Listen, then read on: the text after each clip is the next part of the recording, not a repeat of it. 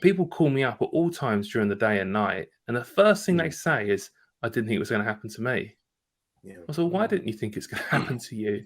Welcome everyone to Marketing for Dentists, where we're all about marketing and business for those dentists who aspire for more.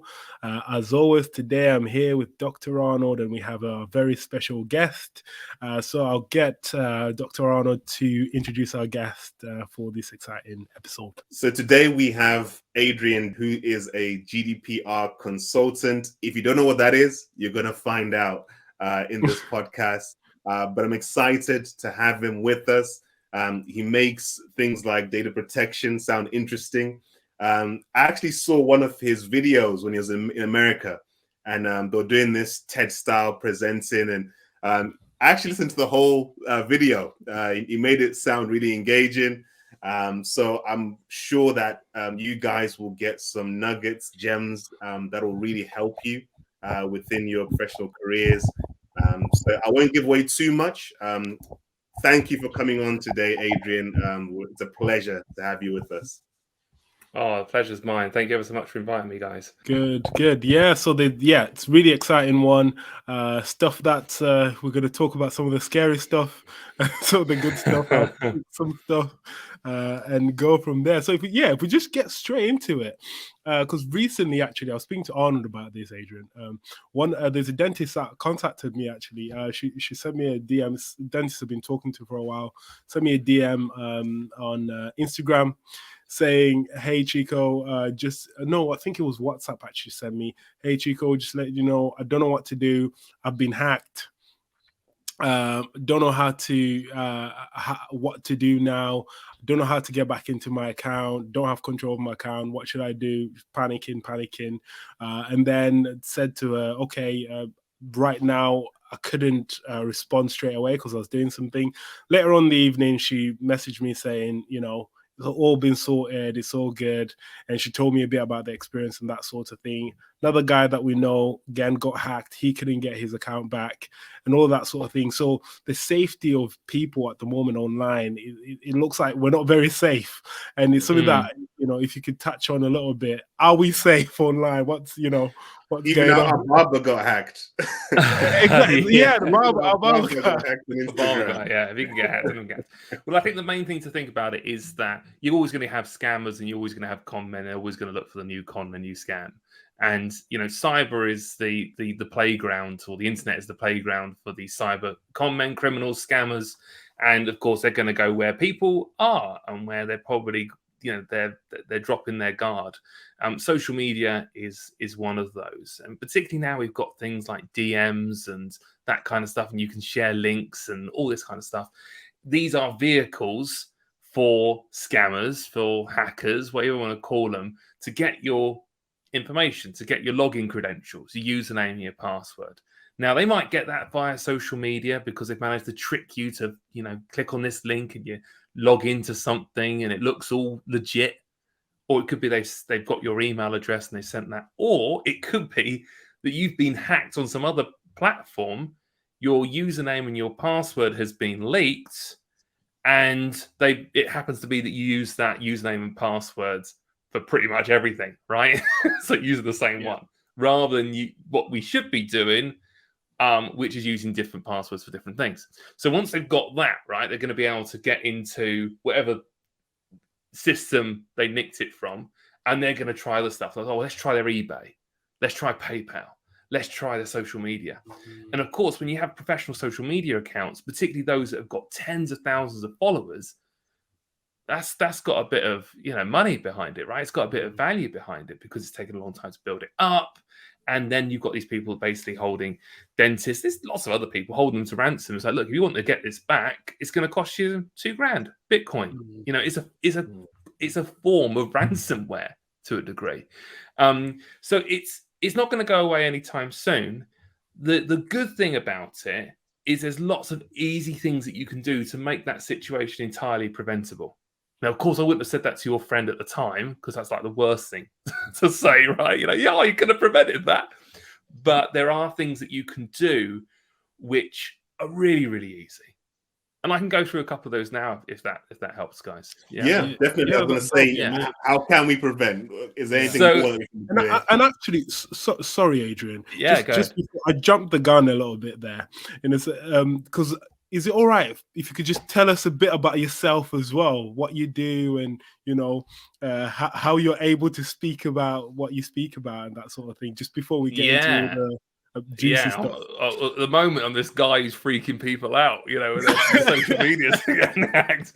But in a nutshell, because I was on a podcast like this before, and it ended up my introduction was about 10 minutes long because we went off a massive tangent. So I will keep it in a nutshell. So my background is in teaching, and I had a bit of a thought about a career change about 4 years ago. And I've always loved this way of taking quite boring subjects and making them engaging. I can't make GDPR exciting. I love that you called me an exciting guest, but I mean, I'm not a miracle worker, right? But at least engaging so it can help sort of develop the right culture, right thought processes. And so I saw GDPR, I thought, flipping it, this is the most boring thing I've ever heard of in my life. Brilliant. I'm going to try and make it engaging. And so I sort of consumed that information. And the long story short was I fell into dentistry through a Facebook group called GDPR for Dentists, which I ended up running with a couple of others.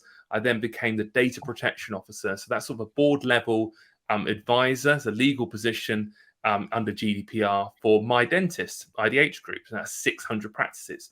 So I have seen quite a lot in terms of, difficult stuff and data breaches and complaints and all this kind of stuff within dentistry.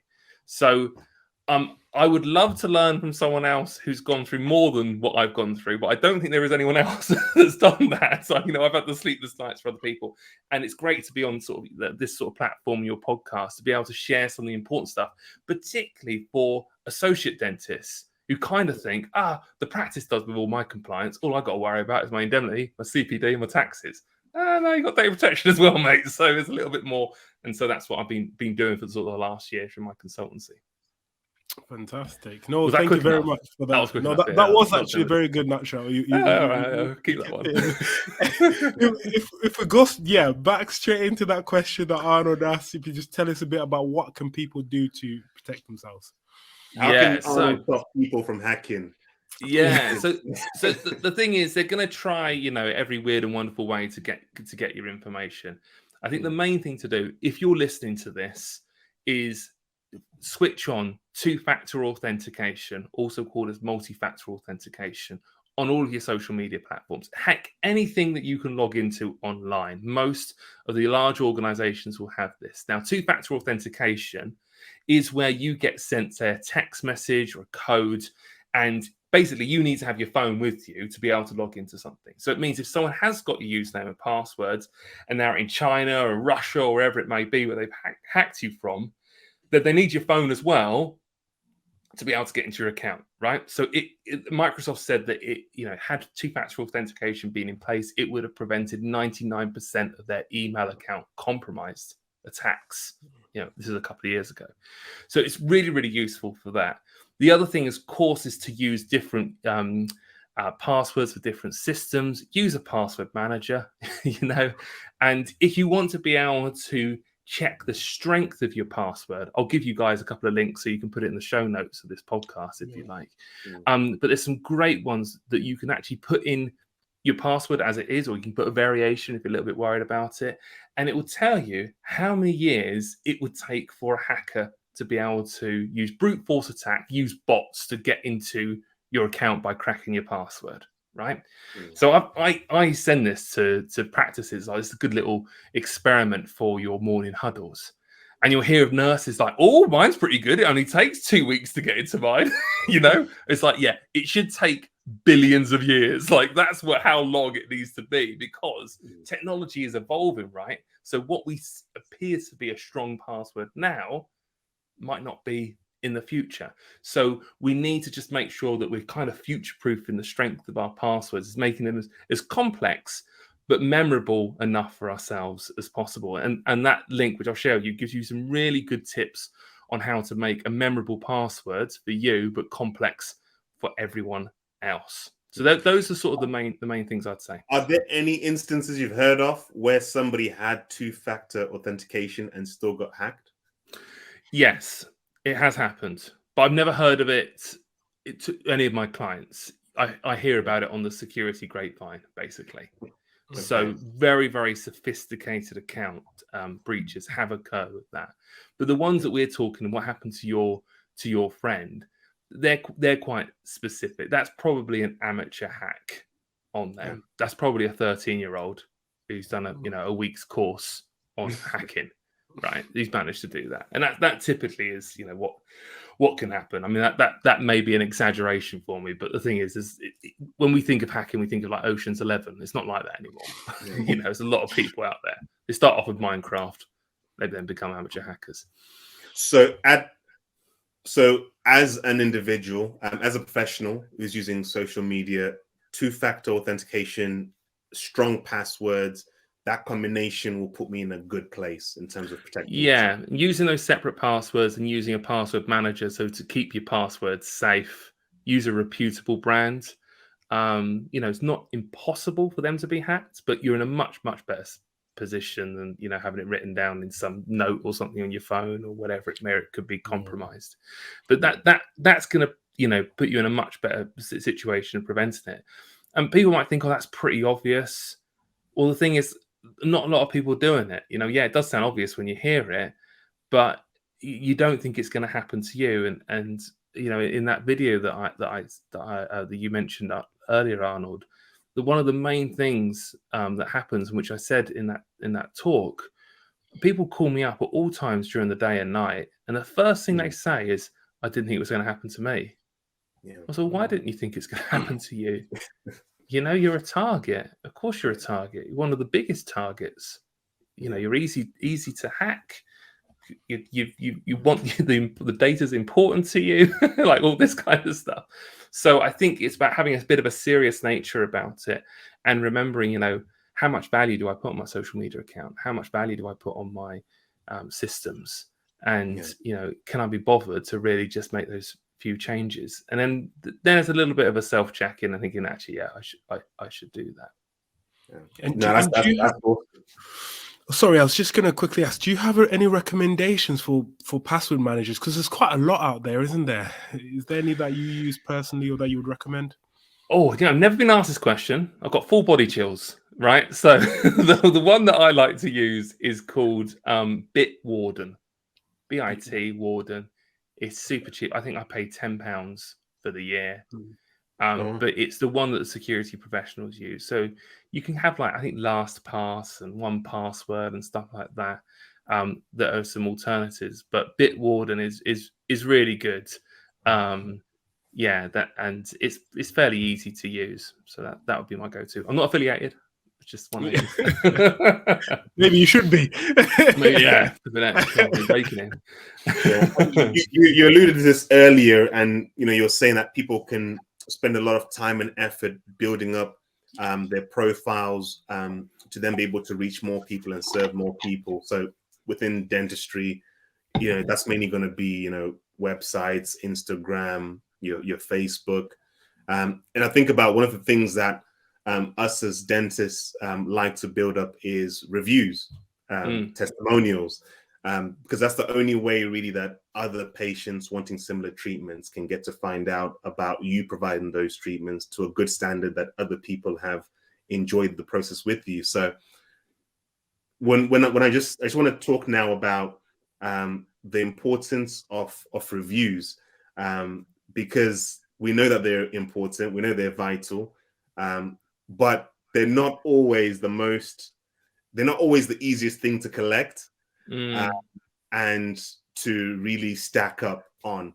So I really want to pick your brain on collecting reviews. What are the different types of reviews that can work well, and even storage of reviews, how you can store reviews so that you can also use them in different places. So let's just start, with the importance of reviews and take it from there. Yeah, absolutely. And, this is an area that has been of particular interest to me.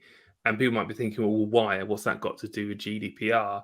The reason it's become of interest to me is because I was getting a lot of questions about consent forms for video testimonials and before and after pictures. And there's so much confusion in the industry about that. And also I've been, received quite a lot of complaints that had gone to dentists. They asked me to help out with these complaints from patients that they didn't get the right consent and this kind of stuff. So it made me realize how important word of mouth, these testimonials, reviews are to dentists. And I thought, you know what? I've helped dentists with GDPR. Let me help them with a different GDPR, which I've called Get Dental Patient Reviews. Yeah. And I went into a deep dive into this. I got really obsessed with it, guys, in finding out the psychology behind reviews and also the best ways to collect them. Because I don't know if it's our Britishisms, but we find it awkward to ask people for reviews, right? That's the main thing that comes up in the Facebook group that I've got called Get Dental Patient Reviews. Is people say awkward, the team feel weird to ask, or we've got a system that handles it all. And it's like, you do not realize how many people would be willing to leave you a review if you just ask them, right? So let's just have a look at why it's so important. First of all, there's a plethora of reasons, but why for a dental practice, for an associate, it's so important. The main reason is, of course, yes, it establishes trust, like it has for flipping decades in dentistry. But now as individuals, we have a much hungrier appetite to find out what other people thought about that service. I don't buy anything off Amazon now unless I read reviews. Actually, the only reason I use Amazon really over anything else is because of the reviews that are there. Yeah. I check Google reviews. I check Facebook recommendations because I love the gift of going second place. Yeah, I just want to say there shortly. I actually now look at the number of reviews you've received, not just the reviews you have, but have you got 100 reviews compared to the other restaurant with 5,000 reviews? I was actually looking at this today when I was thinking of where to eat later in the week. But yeah, no, sorry. You're absolutely right. We don't even realize it. We're dissecting it. We're looking at the volume of the reviews, the recency of the reviews, how comprehensive those reviews are. We're seeing how authentic those reviews are because we know the fake review culture that's hitting every review platform. And so it's important to us. We need it as individuals to make these decisions. And a really important statistic, which I think every dentist or everyone who's a member of a dental practice team needs to know this statistic. It's so, so important. And it came out of a 2021 survey. It said that 82% of consumers said it was either important or highly important to check reviews when making decisions about their health. So 8 out of 10 people, but some people might think, oh, that's quite low. Okay, let's just go with it. 8 out of 10 people who are Googling dentist near me, who are looking at your Instagram, who are looking at your website, are going to be highly influenced by the type of reviews that you have. It is a trigger for them. They need it. It's important. It's a necessity for them. So you've got to make sure A, you're collecting the right reviews, but also B, that you're leveraging them correctly and you're displaying them in the right way. You know, it's all good, well and good for me to buy a classic car. It's rubbish if I just keep it in the garage all the time, you know? So the same thing is reviews. You get a review, that's a gift from a patient. You display that review, you're giving that gift back to potential patients. And that's so important if you want to see effective growth. So I think that's a key thing. 8 out of 10 people are saying it's really, really important for them to do that. And you know, the other thing that's really key with this is when you look at the competition, and I'm not just talking about our competition in the UK, I'm talking about dental tourism. I'm talking about private treatment in Turkey, because I have been looking at their advertisement, and every single advert that I have seen recently, the first line, and you guys know the importance of copy on Facebook ads, the first line says over 2,000 5-star Google reviews. I don't know any UK practice that has over 2,000 5-star Google reviews. Challenge accepted. Yeah, I will help you, my friend. Probably a bit too much of a challenge there. I'm joking. So the thing is that you, in the mindset of your patient, knowing that they've got this hungry appetite, right, to check reviews, they're not just looking at your practice. They're looking at maybe, should I actually go overseas? I mean, they've got 2,000 And my local practice, that's been around since 1926, right, has got 53, and the last one is 6 months ago, right? So that's really important. Last real big reason. There's actually lots of these, but last really big reason for this is the fact that your reviews are fantastic in building morale with your team. And I think that's so important. I could say, you know, it helps you get found on Google and all that kind of, that's pretty obvious. But this one isn't so obvious. So we asked this in a poll in the Get Dental Patient Reviews Facebook group. I'll give you the links, put it in the show notes. But we asked, how much of a positive impact does it have on your team? And everyone who responded said either, you know, some or a lot. And at the moment in dentistry, you know, you're getting hit left, right, and center with so much negativity, right? Angry patients, NHS, all this kind of stuff. So I think any way that you've got to try and counteract that by providing a more positivity, genuine positivity, reactional positivity in your team is so important, because that has a chain reaction in itself. You know, there's a study, Harvard Business Study, says we're 31% smarter when you're in a positive frame of mind. I'm pretty sure every principal wants to have a smarter dental nurse, dental receptionist, practice manager, right? So if you can share that, like, hey guys, we've got another 5-star review. That's 6 this week. They've mentioned how good the reception team is. I think, you know, they're probably miserable as sin half the time, but you know, that's going to help, right? So, but you're saying there are these practices abroad. They got over 2,000 reviews. Why are they not feeling the same awkwardness that we're feeling? How are they overcoming that? What's going wrong there? How do we overcome this awkward feeling of asking for reviews? 2 reasons. One, because I think they realize how important it is. I think they realize that there's a lot of bad press out there, and so they need those reviews to counteract the bad press. So if anyone says to them, oh, I saw this BBC documentary about turkey teeth, or I heard about this person, oh, well, you know, we've got 2,000 people that have said, you know, that's pretty good. It could be that some of those reviews are fake. Actually, I do have a way you can check that. We can talk about that another day.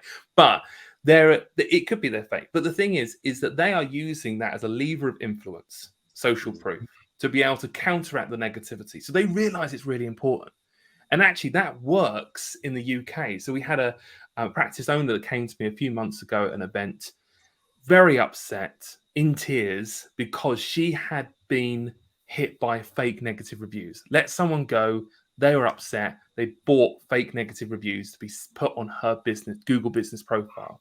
So she received 21 fake 1-star reviews in 10 days, right? She dropped down from being about 4.5 to 3.6. She lost 90% of her incoming online inquiries. We managed to get all of them removed in 4 weeks. But during that time, I said to her, you really need to drown these with 5-star reviews. And this is how you're going to do it. Talk to your patients in the chair and say, do you think that we deserve a 1-star review based on your experience in the practice? She was over the moon by the fact people said, no, you don't. You're amazing. I'll never go anywhere else. I'm going to leave you with a 5-star review now. She got nearly 45 5-star reviews in that period that took me and a Google product expert to get rid of those fake reviews. She's now the highest rated ranking practice in her area because she's got more reviews than anyone. We got rid of the bad ones, and she saw the importance of there and then. It was sink or swim. She had to swim because she was losing those inquiries, and she went for it. No more awkwardness anymore because it was so important. So that was one way to ask if you've got negative reviews, and realizing actually your patients do want, they've got your back, right? They're proud of some of them, not all of them. Some of them are proud of their dental practice, right? They have a good connection with their dentist. Heck, if my dentist said that to me, I'll be giving a video testimonial and singing around the streets about how good he is because he's fantastic, especially if he's up against the wall with some fake negative reviews. Yeah. But the way to do it, if you don't have that sort of crisis, but you still see the importance of it because of some of the reasons that I've said, is being able to see different ways of actually asking for those reviews. So, for example, Arnold, you're in a dental practice, right? As a dentist, I'm going to make you pretend that you're a patient, okay? Okay. So I'm going to say to you, say, Arnold, we've had a Invisalign consultation. How do you feel? How do you feel that I've sort of presented the information to you? Yeah, I feel really good about it. You explain things well, and I'm really hopeful that you can do something for me, for my smile. Oh, that's music to my ears. Now you are going to think I am the worst person in the world for putting you into an awkward position. But would you be against giving us a sort of a quick review online about your experience today? All right. Are you on Google or Yeah, something? got just scan this QR code. It'll take you straight there. Oh yeah, definitely, 100%. I can do that for you. Do you notice how I framed that question? I didn't ask, can you leave us a Google review? Yeah. I said, would you be against leaving us a Google review? Mm. And I called out the awkwardness. Yeah. I called out the fact you're going to think I'm the most awkward. I'm going to make you feel so awkward. You think I'm really overreaching now. Yeah. Now you've got a little bit of a head start on what we're talking about, but your patient's going to think, "Oh God, what's he going to say?" Right now, this So you own it.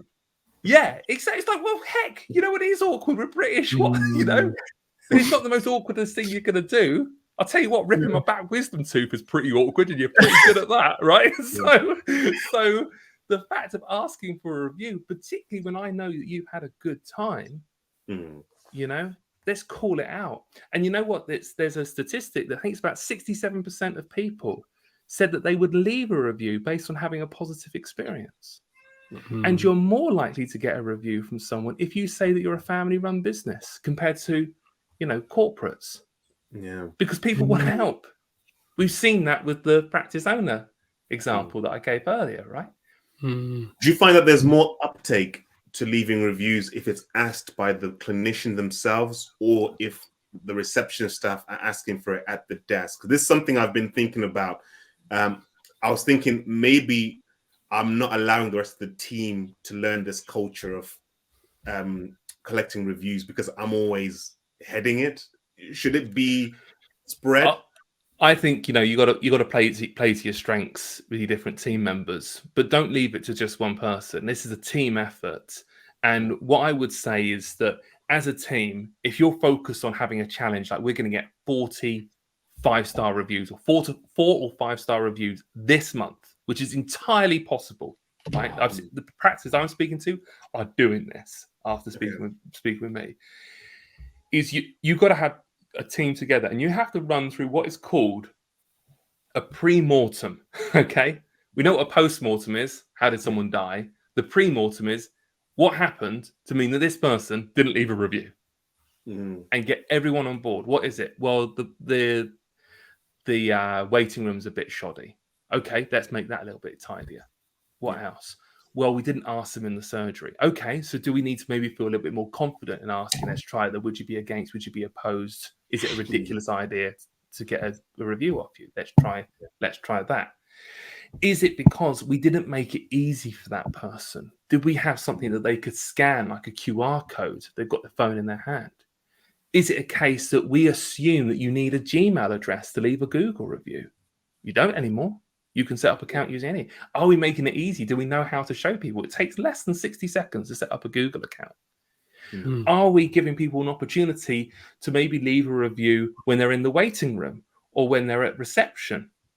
Are we giving them maybe a little bit a postcard so they could take home, you know, that's been written by, let's say, the treatment coordinator, whoever it is? Do we have a tool that sends something out automatically? So it processes all that. It doesn't bombard them. It sends a reminder. There's a tool that I've helped develop. It's called Endorsal. Actually, a bit of a discount with that, so I can share that with you there. But it's brilliant. You know, practices that are using this well are getting loads and loads of reviews. It handles video testimonials as well, and all the consent that's needed for that. That's how I've been involved.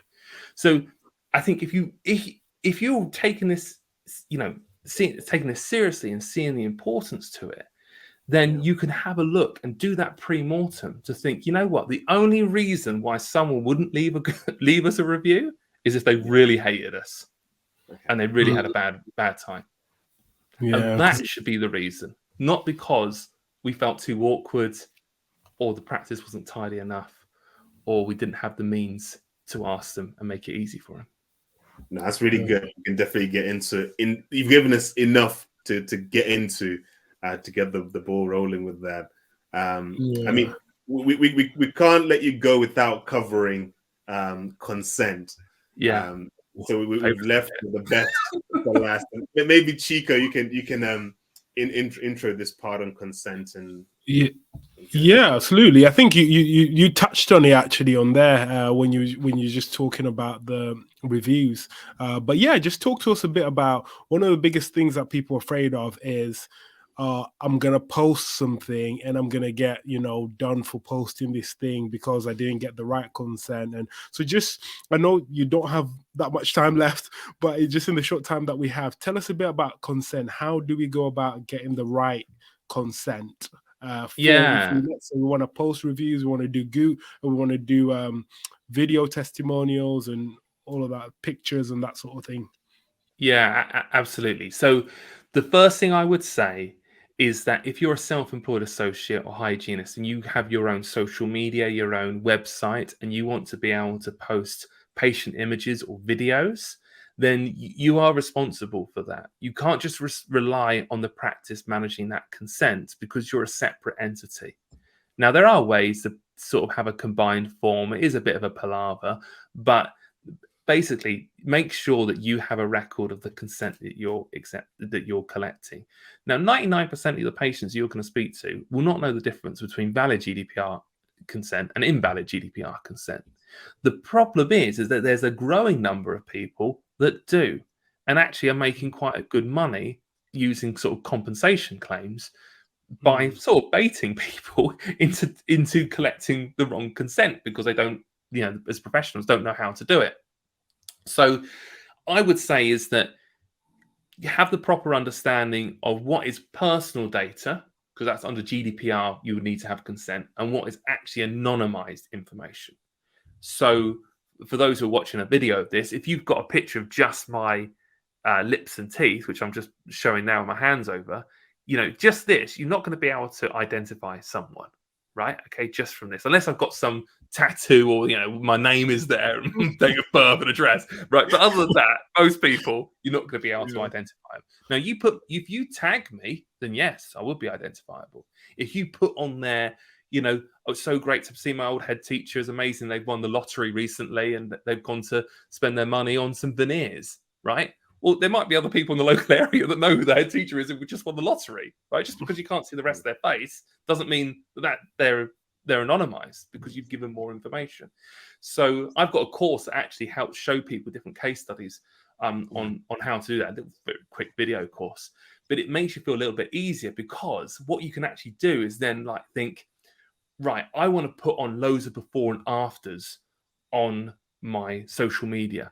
I know now how to do it completely anonymous, and I know that I don't have to go through this GDPR consent process, which is quite rigorous, let's say, to post. So I can feel confident about that. But also, I know what personal data is, like a video testimonial or a full face shot, or even a shot where the eyes have just been covered, right? You still know who I am, right, guys? So then that's personal data. Then I know, okay, I need to get the proper consent for that. Now, some people might think, I'm just going to get consent for everything. You can do that. But what I'm saying is, why waste time and plant trees when you don't need to? Because if it's anonymized, you can just basically ask the patient, look, I'd like to post this. It'll be completely anonymized. Is that all right? And just put a quick note in your patient notes. But if you want to go and do it properly, then you need to be very specific on what data you're going to be using, how they can withdraw their consent, also have waivers to stop them from claiming royalties over the use of their images. There's lots of stuff that are in there. So it's important to separate those two, knowing that you are responsible for it under GDPR as your own separate entity, having those forms, keeping a record of it. And then, once you've done it a few times, it's pretty easy and you're going to be confident. You're going to be posting with confidence with that and not worried about someone getting hold of a data protection compensation lawyer and sending you a 5 to 10 grand compensation claim, because that's what's happening at the moment. Just no one's talking about it because they're coming to me and I can't, post that as a video testimonial. Adrian helped me, get out of a complaint. Sometimes I can't, right? So because no one wants to admit it. That's the problem with these things. Because their expectation is, well, you should have got it right in the first place. You're not heard of the GPC. You know, so what would you say is the most convenient and slickest way, let's say for full face and for video testimonials, way of gaining consent and storing it without having to have loads of paperwork that people are signing page by page? How does that look? So there are tools available that are out there, and the one that I use and that I promote and that I've helped consult with is called Endorsal. And what they do is they can collect video testimonials there. And when you go through, it presents a form. It's quite difficult to explain without showing it, but it will present a form with a video capture. You can upload a video, or you can do a video there and then. And I recommend that you have those kinds of videos because they look more authentic than these other sort of like lights are everywhere and it's shot and it's really scripted and it sounds a little bit fake. And then what that'll do is it'll upload it to the system. It's got the correct consent information that you need. It's got a record of that consent, and it makes it really easy to then upload it to your system. And it's very, it's very affordable to do that as well. If the closest to that's not a sort of bespoke system, I would say is if you had some sort of JOT form, and you were able to, have a reference number or a name that you could link it to wherever it's going to be saved on Dropbox or Google Drive or somewhere like that, somewhere secure, because you want to be in a position that anyone challenges you, you can say, this is what I presented to you. You've signed it or you've accepted this, and this is what I've kept. This is your explicit consent, and it ticks all the stuff. And those who have gone through my course and taken my form have come back to me and said, I got challenged on this. I showed them this and they went away. Brilliant. Great.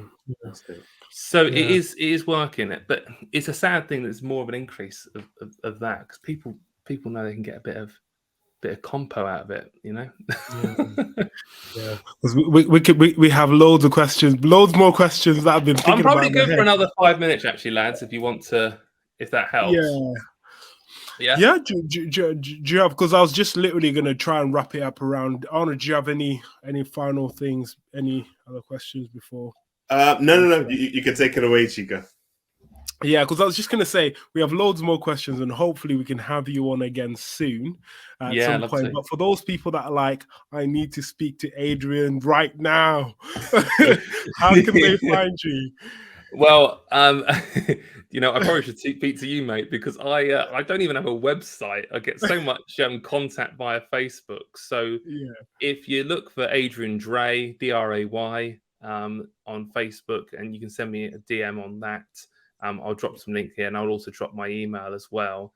If you've got any sort of questions you want to email me about, but more than happy to have a quick friendly chat on those sort of things. What I would say is that, especially with the GDPR stuff, is that I'm in the situation where my advice is insured, professional negligence insurance behind it, and that's really important. I think, just generally speaking, when you're dealing with those difficult situations, particularly when there's grey area, look for someone who's actually got proper qualifications, experience, and it's also insured advice. Because my sort of USP is like, if I've got it wrong, you can sue me, so that's sort of a bit of a safety net. So what I say is, if people want to engage me formally, find me on Facebook, drop me an email, let's have a little chat, and hopefully I can just tell you you've got nothing to worry about, or actually, you know what, let's have a proper chat on this one.